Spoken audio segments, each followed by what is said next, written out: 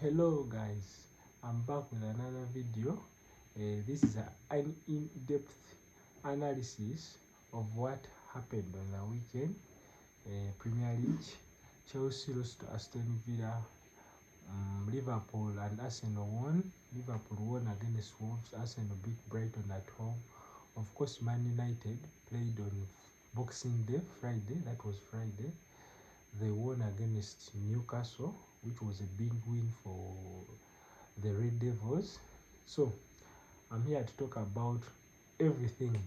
Not to forget, Man City also won away from home, playing Nottingham Forest, which was the very three important points. So let's dive into the video. I think let's start with the big one, the Chelsea's loss against Aston Villa. Man, Chelsea, everyone expected when Chelsea won the Club World Cup, they thrashed PSG 4-0, and everyone thought maybe we are going to see the Chelsea of the previous years. We are going to see the Chelsea, the Chelsea that used to be Chelsea, not this current Chelsea that is very inconsistent. You can never know what to expect from these guys. But I think Chelsea lacks so much they lack experience at the back, and the thing with Chelsea, I think they have spent over 1 billion on players, in signing players, but I think it looks they have to even spend more because they are not where they should be.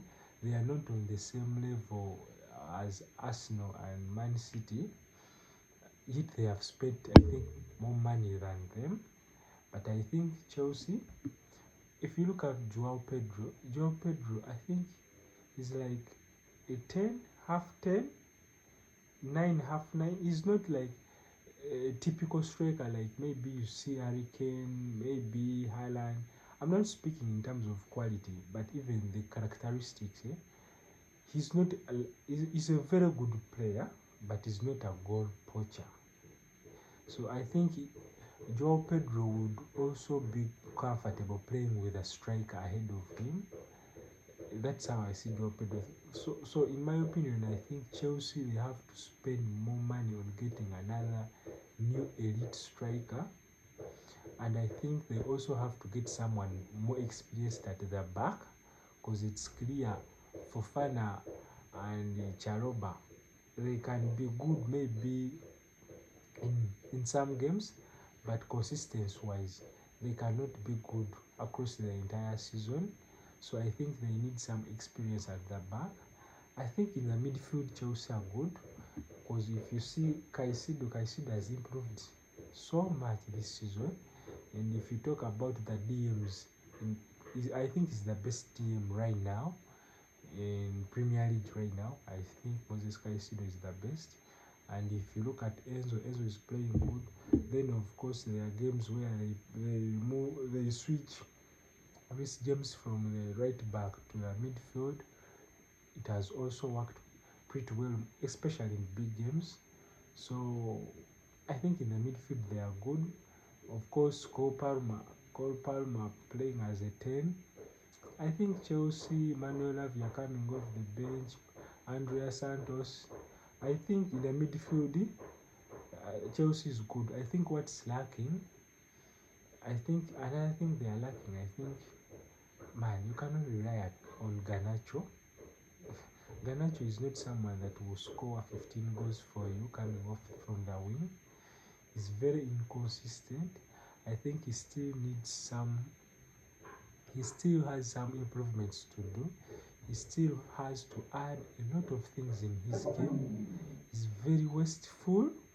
In front of goal, Garnacho. Like, he keeps getting on all these chances throughout the game, but he rarely converts any of them. So I think Chelsea has to sign someone better. The same with Neto. They are all good players, but they lack consistency. Like, they cannot give you the good performances week in, week out. They can. And I think, I don't know why nowadays he's benching Estavio. I thought Estavio was, his start off at Chelsea was really good, and everyone thought he's going to be the star boy.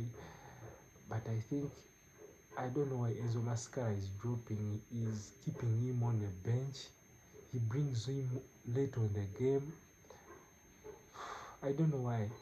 I thought we would, at some point we will have to see Chelsea with Cole Palmer, Estavio on the right wing, Cole Palmer, and maybe Neto playing on the other side of the wing. I know they are all left-sided, but I mean, Rafinha plays on the other side of the wing. When this side there is Lamine Yamal, they are all left-footed, and I think Pedro Neto with his pace and he has a good shot on him. He can play on the other side of the wing, and you bench Garnacho, because I don't think Garnacho should be a starter right now.